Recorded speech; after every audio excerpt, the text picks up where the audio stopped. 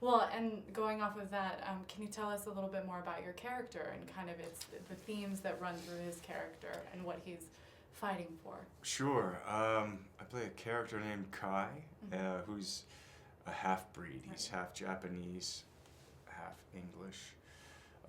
He ends up being abandoned and left with the Tengu lord, with the Tengu monks, I call them. Yeah, he ends up getting left and abandoned. I should probably start that again. I play a character named Kai, who's a half-breed. And when we find him, he's escaping from where he was abandoned and raised with the Tengu monks. And he ends up in a place called Akko, where there's a benevolent leader, Lord Asano. And you know, he ends up being used as a kind of tracker, hunter. And he has certain strengths that kind of are... Yeah, I mean, he's you know, being raised by the Tengu, he learned he has these kind of martial techniques, let's call them. You know, he can fight a certain way. He can see witchcraft. He has this connection to nature. Right. You know, and then in certain moments he can do this kind of almost... meditation. Well, it's kind of like passing through movement, passing through space at an accelerated rate. Kai is seeking to belong. He's in love with the princess, Mika. And really my journey is trying to save her from the clutches of, you know, Lord Kira.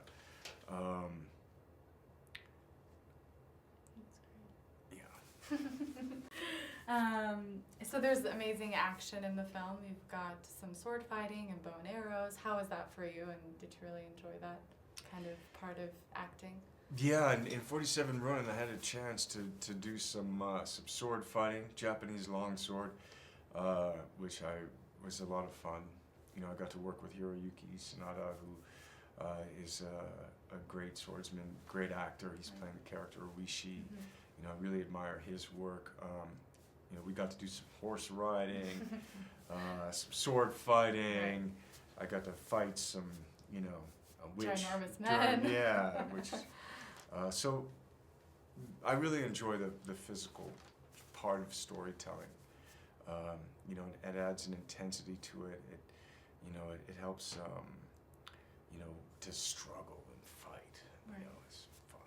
How was it working with Neil Fingleton? I think he's the 7'6" guy. Yeah, Neil. He plays Neil plays a character called the Lovecraftian in the film, and you know, he's was a really cool guy. Yeah. You know. Very cool. Yeah. So obviously you worked alongside some amazing Japanese talent. Can you tell us a little bit more about your experience with them and what that sort of means to you? And between speaking Japanese and English and...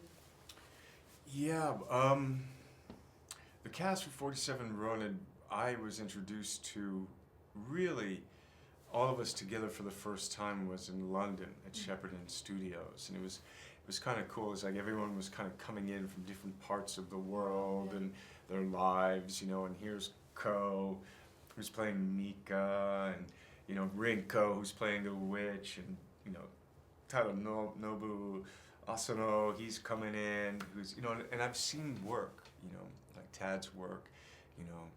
Hiro I had trained with in LA, so it was cool to be there. And what I came to learn is that everyone had a personal experience with 47 Ronin. You know, growing up, whether it was being told the story by their parents or their grandparents, watching it on film, on television, you know, it was a part of them. And it added, and found that to be true with all of the cast. And it kind of bonded everyone, you know, that we were on this journey to tell this story in this way, which was cool. You know, for me, I was an outsider in the sense, you know, that I don't speak Japanese. You know, tried my best to do what I could. But it was good for Kai.